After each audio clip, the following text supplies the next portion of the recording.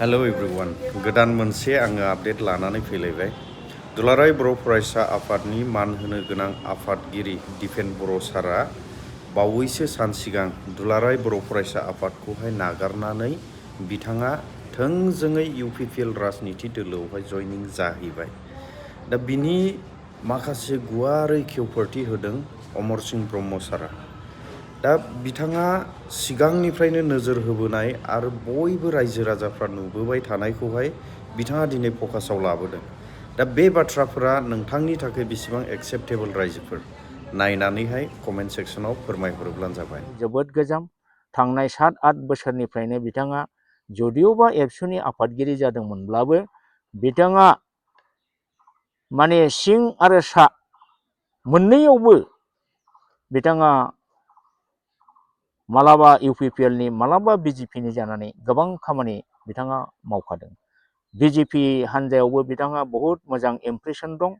बिजेपिनि कर्मि leader बिथांमोनहा दिपेन बर'खौ जोबोद मोजां मोनखायो।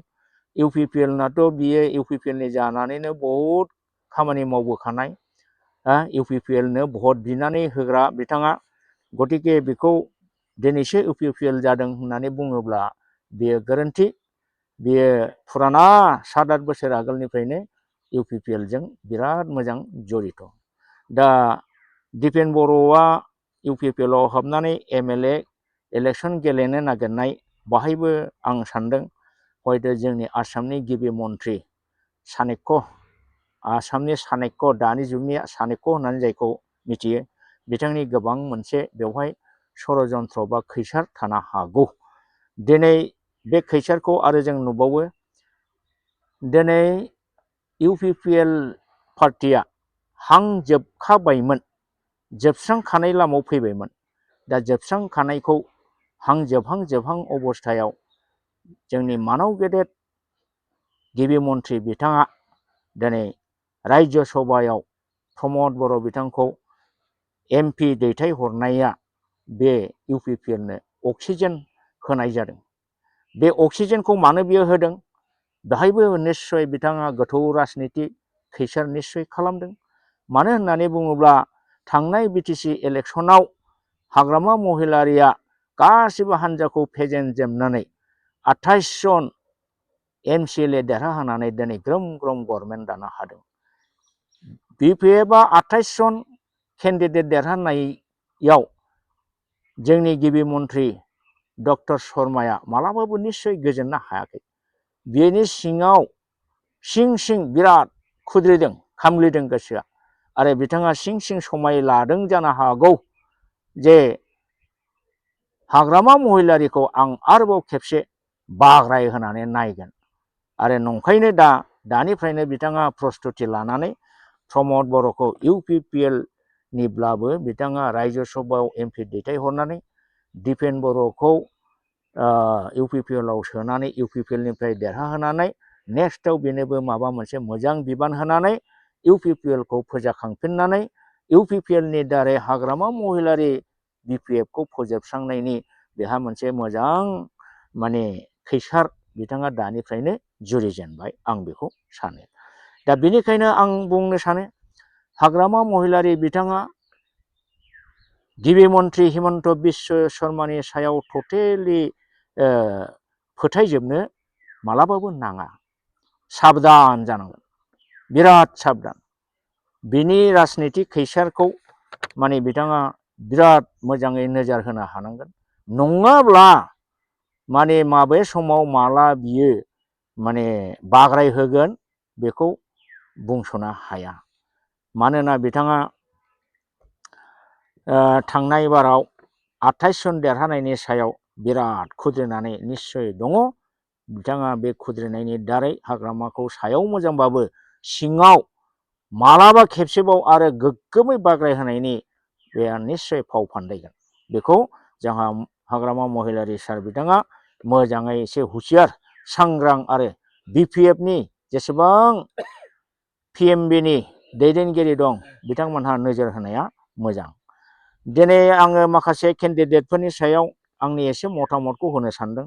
दिनै दतमा समस्ति, दा दतमा समस्तियाव बिपिएफनिफ्राय रबिराम नार्जारि बिथाङा टिकेट मोनबाय। UPPL निफ्राय राजु नार्जारिया टिकेट मोनबाय। दा दतमा समस्तियावथ' दतमायाव दाखालिबो MCLA आव जोंहा प्रकाश बसुमतारी बिथाङा देरहाखादों आरो गोबां समस्तियाव दतमा समस्तिनि माबायाव BPFआनो देरहादों। दा रबिराम नार्जारिनि फिल्डआ ओरैबायदि बर्थमानाव मोजां, बेखौ फेजेननांगौआ राजु नार्जारि बिथांनि थाखाय माने गोरलै जाया, माने जोबोद गोरा दावहा जागोन। अब्लाबो रबिराम नार्जारिनि खुन्थियाया ओरैबायदि मजबुत, बेखौ लोरेटबो सोमावनो हयथ' हानाय नङाखौ आं सानदों। थिग बेबादिनो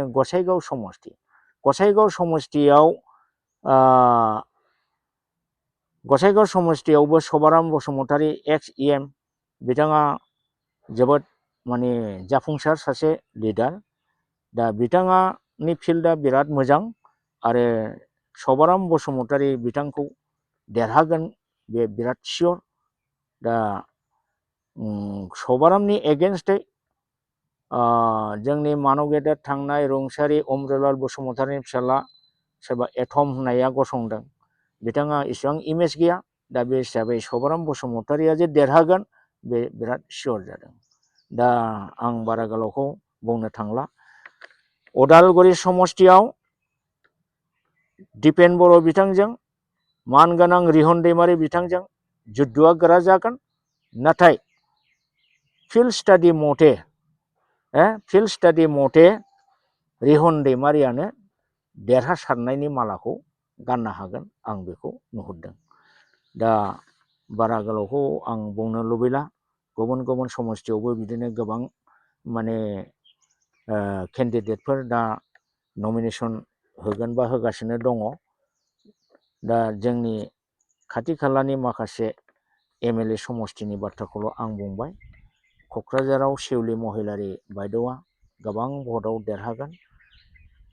लरेन्स इस्लारि बिथाङा एबार हयथ' जेननायनि फारियावनो फैगोन, आं बेखौ नुहुरदों।